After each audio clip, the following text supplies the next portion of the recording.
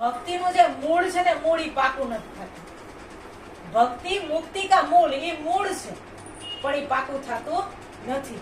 ઈ કે રવિ કહે પથ્થર બોયો ખેતમાં ના ફલ કે ફૂલ. એટલે રવિ સાહેબ એમ કહે છે કે અત્યાર સુધી જે કઈ આપણે કર્યું ને પથ્થર સમાન છે. જે કઈ અત્યારે ગુરુ વગરનું જ્ઞાન છે ને એ બધું પથ્થર સમાન છે. રવિ કહે પથ્થર બોયો ખેત ને ના ફલ કે ફૂલ.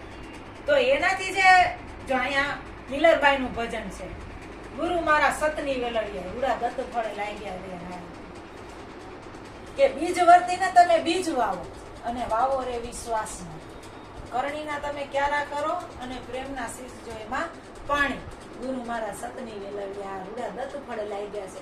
જો ઈ ત્યારે ઉગે ક્યારે? તો કે ગુરુના શરણે જાય ને ત્યારે. અત્યારે જે વાવ્યું ને ઈ ગુરુ વગરનું વાવેલું પાણા સમાન છે. કારણ કે એનાથી મળે તો શું મળે? સુખ અને દુઃખ, પાપ અને પુણ્ય. તો સારા કર્મ કર્યા એનું પુણ્ય રૂપે આપણને સુખ મળે, ખરાબ કર્મ કર્યા એનું આપણને દુઃખ રૂપે, પાપ રૂપે દુઃખ મળે. તો ઈ તો બે આઈના નાના છે. પણ ગુરુ શરણે